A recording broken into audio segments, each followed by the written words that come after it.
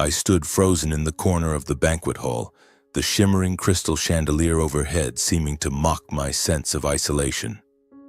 Napa Valley, with its endless vineyards and the sweet aroma of wine in the air, was supposed to be the place where I would celebrate my younger brother, Ethan. His wedding to Olivia Bennett, the golden girl of a prestigious family, was held at the most luxurious resort in the region.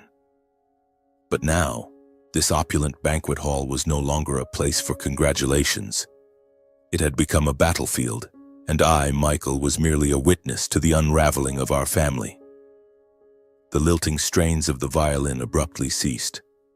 The room fell deathly silent. Hundreds of guests, clad in expensive tuxedos and sparkling evening gowns, turned their eyes to the center of the hall. Olivia, the bride in her resplendent wedding gown, glared at Ethan with eyes brimming with hatred. She had just learned the truth. Ethan didn't love her. He only wanted her family's wealth. Slowly, she removed her wedding ring and flung it to the floor. The faint but sharp sound of metal striking wood echoed through the room like a death knell for a marriage that had never truly begun. I am Michael, 35 years old, a software engineer living in Chicago with a small apartment and a simple life. That day was a significant one. I wore a navy blue suit with a carefully knotted silk tie. I drove through the winding roads of Napa Valley, the late afternoon sunlight glinting off the endless vineyards. The scent of dry grass and ripe grapes mingled in the air, a reminder that I was in a place meant for extravagant dreams. But in my heart, there was only a heavy feeling. I had come to attend the wedding of Ethan, my younger brother, to Olivia Bennett, the golden girl of the region's most prestigious family. I wanted to bless him, to be the devoted older brother I had always been. But deep down, I knew I was stepping into a world where I didn't belong. The resort came into view, a white stone castle with soaring columns and shimmering glass windows. I parked the car, handed the keys to the valet, and stepped into the grand lobby. The space was filled with the fragrance of white roses and polished wood. Persian rugs stretched beneath my feet, leading to the banquet hall where hundreds of guests were gathering. The sound of laughter, clinking wine glasses, and the lilting strains of a violin filled the air. This was Ethan's world, lavish, glamorous, and with no place for me. I felt out of place here. I didn't belong to the conversations about stocks or real estate that the guests were engrossed in. I didn't have Ethan's grand ambitions or the powerful connections of our parents. I just wanted my family to see me, even if only once. Ethan, 30 years old, was the star of the family. He always knew how to shine, with a confident smile, sharp eyes, and a way with words that made everyone take notice. He worked at a venture capital firm, securing multi-million-dollar deals, and now he was about to marry Olivia Bennett. The Bennett family owned a wine empire with mansions in Napa and bank accounts that someone like me could only dream of. Ethan had once told me in a rare moment of candor that Olivia was his golden ticket. At the time, I thought he was joking. Now I wasn't so sure. I entered the reception area where a gold-embossed sign listed the guests' names. I looked for mine, Michael Harper. It wasn't there. I asked a young staff member in uniform, a girl with a polite smile. "Oh, Mr. Harper," she said, her voice slightly hesitant. "Your seat. It's in the auxiliary area near the hallway. I'll show you the way." I nodded, suppressing the pang in my chest. The auxiliary area. Of course. As I passed through the main hall, I saw my mother, Caroline, in an emerald silk gown, chatting with a group of women. She was beaming, as if this were the happiest day of her life. My father, Charles, stood beside her, holding a glass of wine, nodding along with some tycoon. They didn't see me. I didn't expect them to. I was used to being invisible to my family. I thought about the years growing up with Ethan. He was always the center of attention. The spoiled younger brother, praised for everything from his grades to the way he played soccer. I, on the other hand, was the reliable one. My mother once said she never had to worry about me because I always knew how to manage. But the truth was, I didn't want to manage alone. I wanted to be seen, to be loved, the way they loved Ethan. When I reached the auxiliary area, I saw a few small tables pushed against the wall near the coat check. No fresh flowers, no candles, just plain white tablecloths. I sat down looking into the main hall through a glass door. There, Ethan was shaking hands with guests, his smile radiant as the sun. Olivia stood beside him, her wedding gown sparkling, her eyes gentle yet sharp. They were the perfect picture, and I was a blur outside the frame. I told myself not to care. I was here for Ethan, for the family. But as I looked at the lavish tables in the main hall adorned with white roses and crystal chandeliers, I couldn't stop the aching feeling. I had hoped, even if just this once, that my family would see me as part of them. But today, like every other day, I was just an outsider. I sat at the small table, my fingers tracing the edge of the tablecloth, trying to focus on the glass of water in front of me. The sound of the violin from the main hall drifted over, mingling with the laughter and chatter of the crowd. Through the glass door, I saw my mother adjusting Olivia's shawl, her eyes tender as if she were looking at her own daughter. My father was patting Ethan on the shoulder, laughing heartily at some joke. They were a family, but I wasn't part of it. A server approached, placing a simple salad plate in front of me. I glanced toward the main hall, where appetizers were presented like works of art: lobster, caviar, and sparkling glasses of wine. I wasn't angry at the server, they were just doing their job. But the feeling of being pushed to the sidelines as if I weren't worthy of what my family was enjoying tightened my chest. I stood up, determined to find my mother. Maybe I could say something, even just a greeting. I entered the main hall, weaving through groups of guests engaged in lively conversation. The air was thick with the scent of expensive perfume and wine. I spotted my mother near the head table, adjusting a bouquet of roses. "Mom," I called, my voice soft but clear. She turned, the smile on her face fading. "Michael, there you are," she said, her tone light but lacking warmth. "Are you okay? I'm terribly busy taking care of Olivia and the guests." I nodded, swallowing the pang that rose within me. "I just wanted to ask, why am I seated in the hallway? I'm Ethan's brother." My mother frowned as if my question were an inconvenience. "Oh, Michael, don't make a fuss. The main hall is for close family and Ethan's important friends. You know he needs to make a good impression on the Bennetts." She turned away, resuming her work with the flowers as if I were no longer there. I stood frozen, her words hitting me like a slap. Close family, wasn't I close family? I turned and caught my father's eye. He was talking to an older man, but when he saw me, he gave only a slight nod, signaling me not to interrupt. I felt like a child abandoned in the middle of a crowd. With a final resolve, I sought out Ethan. He was standing near the gift table, laughing with a group of friends. "Ethan," I called, pushing past a few people. He turned, his smile fading when he saw me. "Michael, what's up? You look way too stressed." "I'm seated in the hallway," I said bluntly, my voice low but firm. "Near the coat check. You think that's okay?" Ethan burst out laughing as if I'd just told a joke. "My God, are you serious? Be grateful you were invited at all. You know how important today is for me." He clapped me on the shoulder, then turned back to his friends as if I were just a passing breeze. I stood there, humiliation crushing my chest. I wanted to scream, to tell him that I was his brother, that I had sacrificed so much to keep this family together. But I said nothing. I returned to my table, sat down and stared out the window. The vineyards outside were still beautiful, but they couldn't soothe the bleeding wound inside me. I returned to the small table near the coat check, the light from the main hall filtering through the glass door, casting shimmering fragments onto the water glass in front of me. The laughter and violin music still echoed, but they felt distant, as if they belonged to a world I could never touch. I gazed outside, where the Napa Valley vineyards stretched under the glow of the sunset, and suddenly memories flooded back. Not joyful ones, not the evenings playing catch with Ethan or the times Mom baked cookies for us both. The memory that came was a deep, sharp, and painful cut. I remembered my 30th birthday 5 years ago. I had hoped even just a little that my family would remember. I didn't need a party or expensive gifts, just a dinner, a phone call, or even a hug.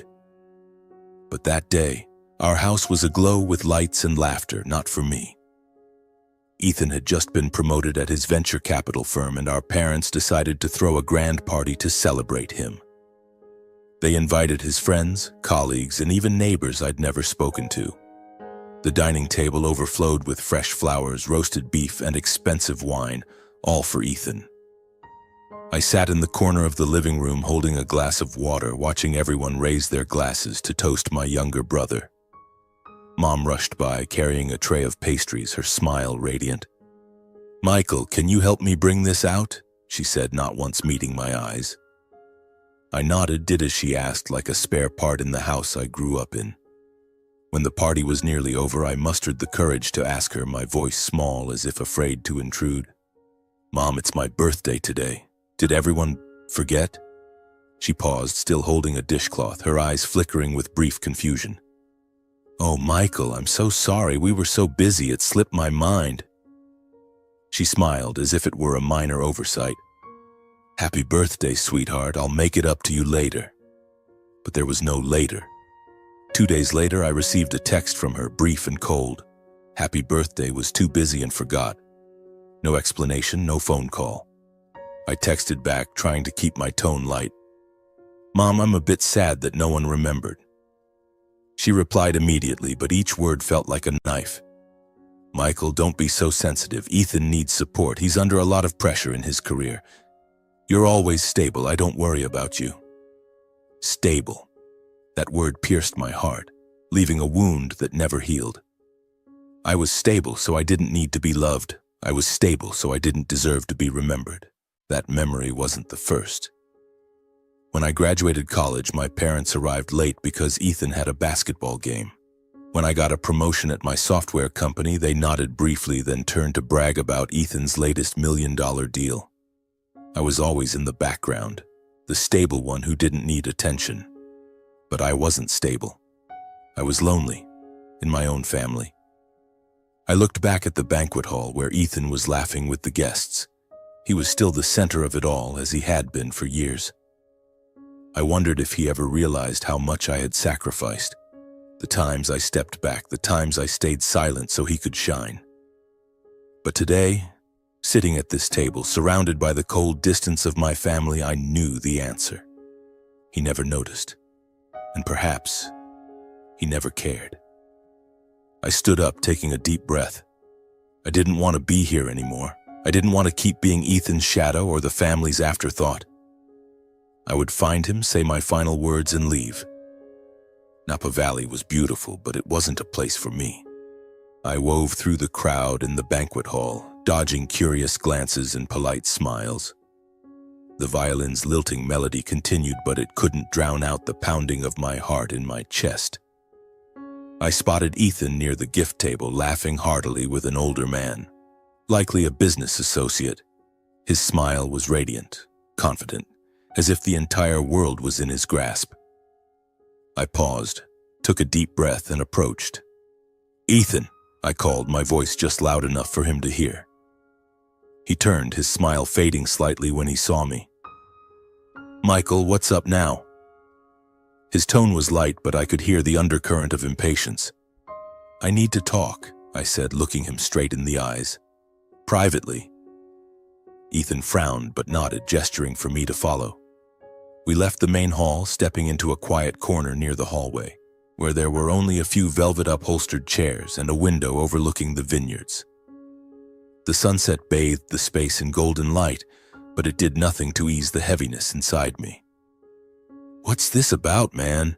Ethan asked, crossing his arms, his tone slightly mocking. "Don't tell me you're still mad about the seating arrangement. Seriously?" I looked at him, the younger brother I had once loved and protected. But now I saw only a stranger. "I'm leaving, Ethan," I said, my voice hoarse but clear. "I don't belong here. I just want to say a few things before I go." Ethan scoffed, shaking his head. "Leaving? Are you kidding? This is my wedding, Michael. You can't just walk out because you feel hurt." He emphasized hurt as if it were a punchline. I didn't respond. I gazed out the window where the vineyard stretched like a promise of peace I'd never known. "Ethan," I continued, my voice slow and deliberate, Marrying Olivia is a big step. The Bennetts aren't like us. They have money, power, and expectations. If you want to fit in with them, you need to be sincere. Don't try to play games because they'll see through it. And Olivia, she's smart. She deserves respect.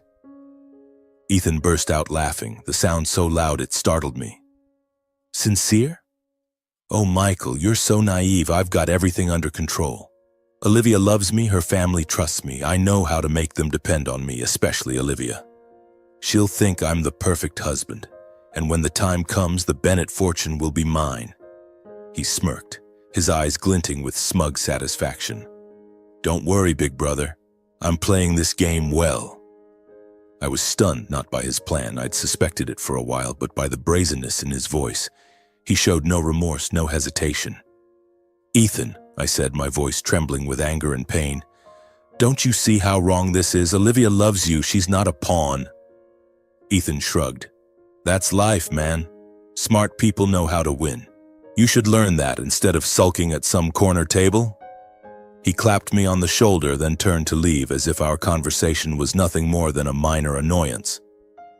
I stood there, watching his silhouette disappear into the banquet hall. In the quiet of the hallway, I caught the faint sound of footsteps. I turned and saw a figure slip by, white dress, hair pinned up. Olivia. My heart sank. Had she overheard? I wasn't sure, but the fleeting glance she cast, sharp and laced with suspicion, told me everything was about to change. I lingered in the corner of the hallway for a moment longer, the sunset outside the window casting a golden hue over the Napa Valley vineyards, but it couldn't calm the storm raging inside me. Ethan's words, smug, cold, and calculating, still echoed in my mind.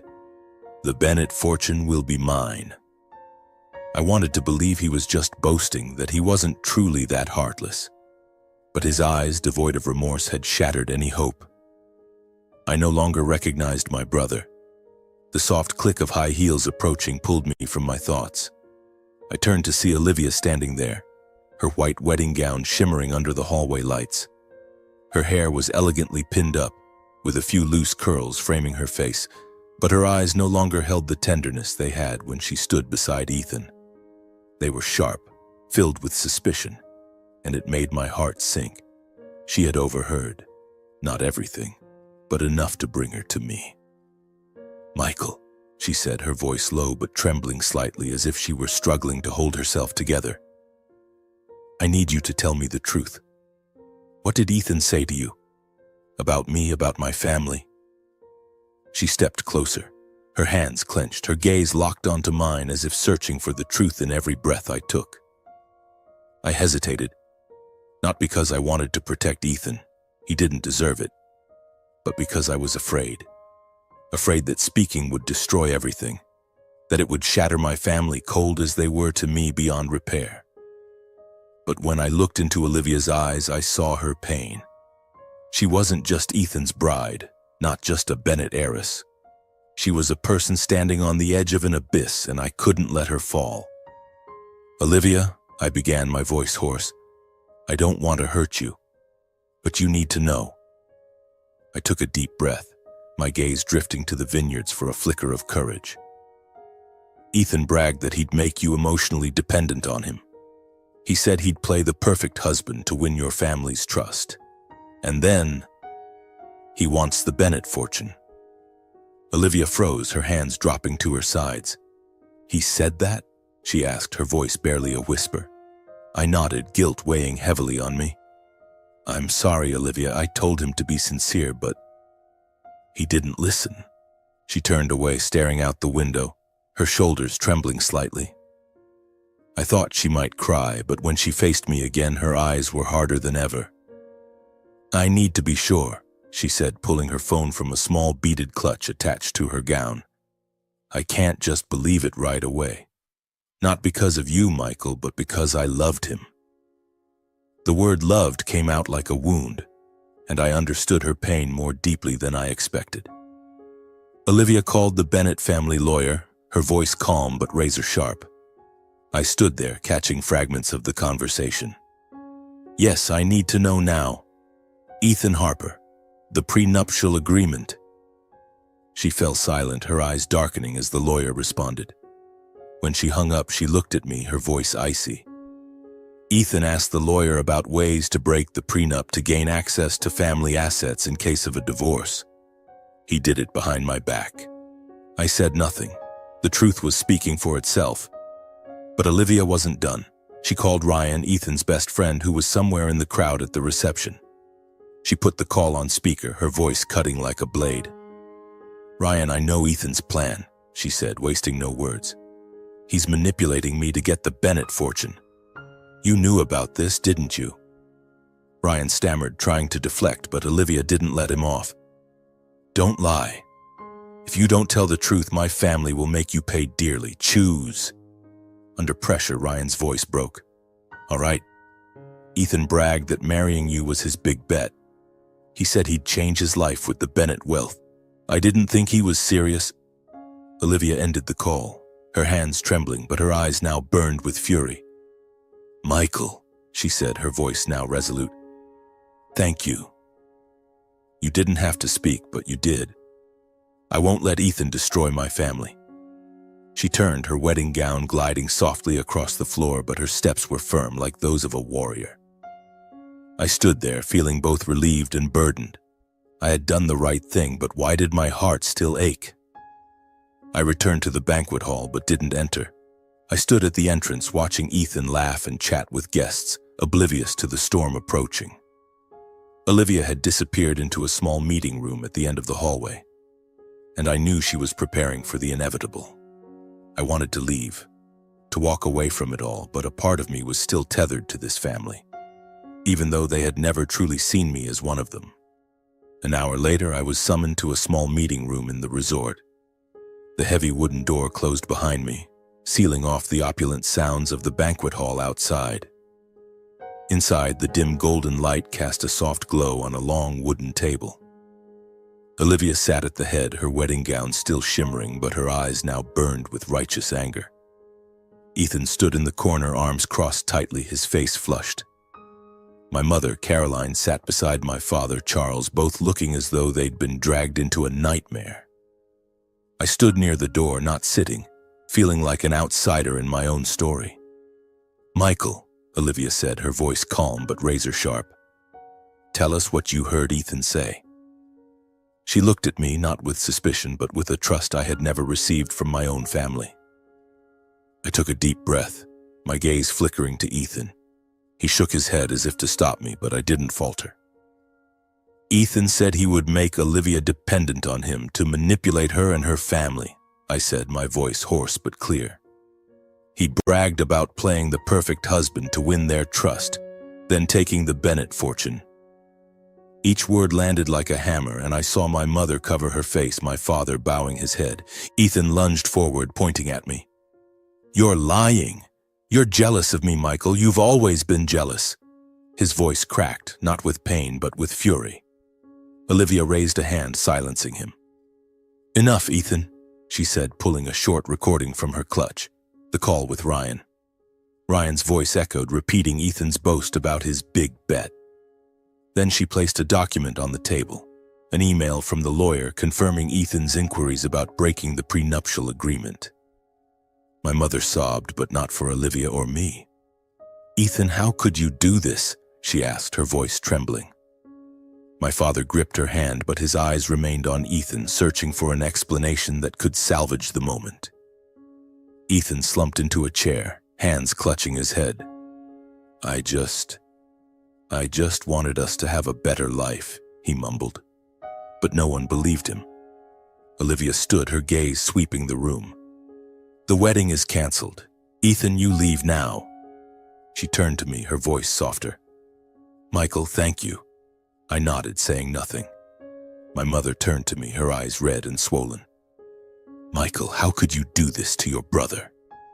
Her words were a final dagger, but I didn't feel the pain. I felt only emptiness. I walked out of the room, leaving them with the truth. The door closed behind me, and for the first time I felt like I could breathe. I stood outside the meeting room, my back against the wall, my breathing still heavy from the confrontation. The closed wooden door couldn't block my mother's sobs from seeping through, but I didn't turn back. I had spoken the truth, and though it pierced my heart, I had no regrets. The banquet hall at the end of the hallway still glowed with chandelier light, the violin's melody lilting as if oblivious to the storm that had just erupted. But I knew it was coming. The meeting room door swung open. Ethan burst out, his face flushed, eyes wild. "I won't let it end like this," he shouted, his steps unsteady as he stormed toward the banquet hall. Olivia followed close behind, her wedding gown gliding softly but her strides resolute. My parents trailed silently, my mother covering her face, my father's head bowed like lost ghosts. I followed last, not wanting to dive deeper but my feet carrying me toward the shimmering light of the hall. Ethan shoved open the banquet hall doors, the wood slamming with a thud that startled the guests. The violin fell silent, a deathly hush blanketing the room. Hundreds of eyes, expensive tuxedos, glittering evening gowns, turned to him. "It's all lies," Ethan screamed, his voice breaking, pointing at Olivia. "She and Michael set me up. They're jealous of me, of us." He turned to the crowd, desperate for support, but met only cold stares. Olivia stepped onto the decorated platform where the 5-tiered wedding cake stood like a bitter mockery. She raised a hand, commanding silence. "I'm sorry for interrupting," she said, her voice low but resonant. "But you all deserve the truth." She looked directly at the crowd, her gaze unwavering. "Ethan Harper doesn't love me. He planned to manipulate me and seize my family's fortune. I have proof. From our lawyer, from his own words to his brother, and from his best friend." Olivia presented the evidence methodically before the entire gathering. The hall erupted in murmurs that grew into loud voices, shocked and disdainful gazes fixed on Ethan. I glanced at Olivia's parents, Mr. and Mrs. Bennett, seated at the head table. Edward Bennett, a tall man with silver hair, gripped his wife Lillian's hand tightly. His face was flushed, not with anger but with humiliation. I saw him squeeze Lillian's hand harder as if to keep her from breaking. Lillian, elegant in a lilac silk gown, covered her mouth, her eyes brimming with tears. "How dare he?" she whispered, her voice cracking loud enough for me to hear from a few meters away. "We welcomed him like our own."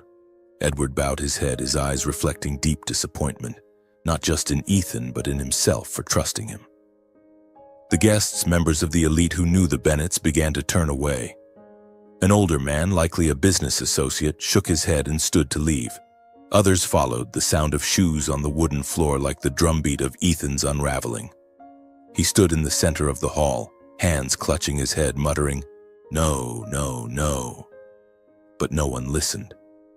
The perfect image he'd crafted, the golden boy, the ideal husband, shattered like crystal on the floor. Olivia stepped down from the platform, her gaze lingering on Ethan one final time. "You chose this path," she said, then removed her wedding ring and flung it to the floor.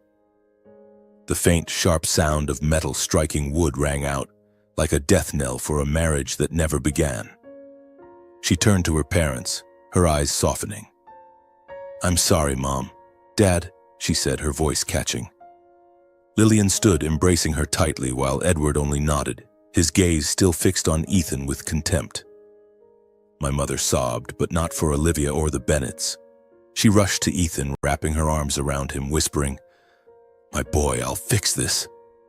My father stood beside her, silent, but his eyes avoided mine, as if I were the cause of this collapse. I stood at the hall's entrance, an emptiness enveloping me. I wanted to tell them I only spoke the truth, that I didn't mean to destroy anything. But I didn't. I was tired of trying to be seen. Olivia approached, placing a hand on my shoulder. "Michael, you don't have to stay," she said, her voice gentle but sincere. "Thank you again." I nodded, looking at her one last time before turning away. The banquet hall was nearly empty now, filled only with my mother's cries and Ethan's defeated silhouette. I stepped outside, the Napa Valley sunset still beautiful, but this time it didn't hurt. It felt like a promise of a new beginning. A week later, I sat in my small Chicago apartment, the light from the window spilling onto the old wooden table. The sound of traffic outside filtered in, but it didn't bother me like it used to. This apartment, with its plain white walls and bookshelves stuffed with novels, had once been my escape from the world. But now, it was home, a place where I was beginning to learn how to live for myself. The phone on the table buzzed incessantly. My mother had called for the 10th time that day, leaving long, pleading voicemails. "Michael, how could you do this to Ethan? He's falling apart.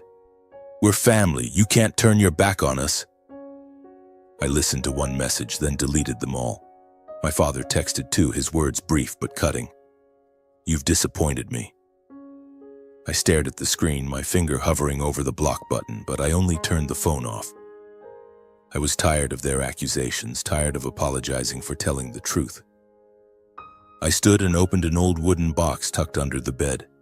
Inside were family keepsakes, a photo of Ethan and me playing catch as kids, a card from my mother when I graduated, my father's old basketball medal. I had once cherished them as proof that I belonged to them. But now, each item only stirred old wounds. I packed them back, locked the box, and shoved it into a corner of the closet. I didn't need them anymore. I didn't need memories that reminded me I was never important enough. I thought about Ethan. News had spread quickly in Napa Valley's elite circles. He'd been fired from his venture capital firm. No one wanted to work with someone branded a manipulator. My mother called to say he'd moved back home, locking himself in his room all day, but I felt no pity. Ethan had chosen his path, and I was no longer responsible for carrying his consequences. Olivia had texted me a few days earlier, her message brief but warm. "Michael, thank you. I'm doing okay, and I hope you are too." I smiled as I read it, but didn't reply. She owed me nothing, and I didn't want to intrude on her new life. I was just glad she'd escaped Ethan as I was trying to escape my own family. I opened my laptop and booked a flight to Colorado. I'd always dreamed of hiking in the Rocky Mountains where no one knew me, where there were no accusing stares or crushing expectations. I imagined standing on a peak, the cold wind whipping past, and for the first time I wouldn't feel alone. Not because someone was beside me, but because I had chosen myself. That night I sat on the sofa, holding a cold cup of coffee, gazing out the window. Chicago sparkled with city lights, but they no longer made me feel lost. I thought about the years I'd spent trying to please my family, the times I stayed silent when overlooked, the times I let Ethan shine. I had thought it was love, duty, but now I understood that love isn't sacrificing yourself for recognition. Love is being seen, being respected, and if your family can't offer that, they aren't family. I stood and opened the window. The cool night air rushed in, carrying the scent of rain and exhaust. I breathed deeply, feeling like I was truly breathing for the first time in my life. I didn't need my mother's approval, my father's pride, or Ethan's acknowledgement. My worth wasn't tied to what they thought of me. It was here in my heart, in the steps I was about to take. I closed the window, turned off the light, and went to bed. For the first time in years, I slept soundly, free of dreams or worries. Colorado was waiting, and I knew it was just the beginning. I used to think family was everything, the place you belonged, where you found love and comfort. But I was wrong. Family doesn't always mean respect or understanding. Sometimes they're the ones who hurt you the most, not with actions, but with indifference. Walking away from toxic relationships is an act of courage. It doesn't mean you're giving up on love, it means you're choosing to love yourself. I learned that true family is those who see you, who lift you up instead of dragging you down. And if you don't find them in blood, you'll find them out there, in friends, in strangers, or within your own heart. I stepped out of my family's shadow, not to run away, but to find myself. Colorado was the first stop, but the real journey was living a life where I didn't need anyone to validate my worth. Sometimes the best way to heal is to walk away, and I was ready.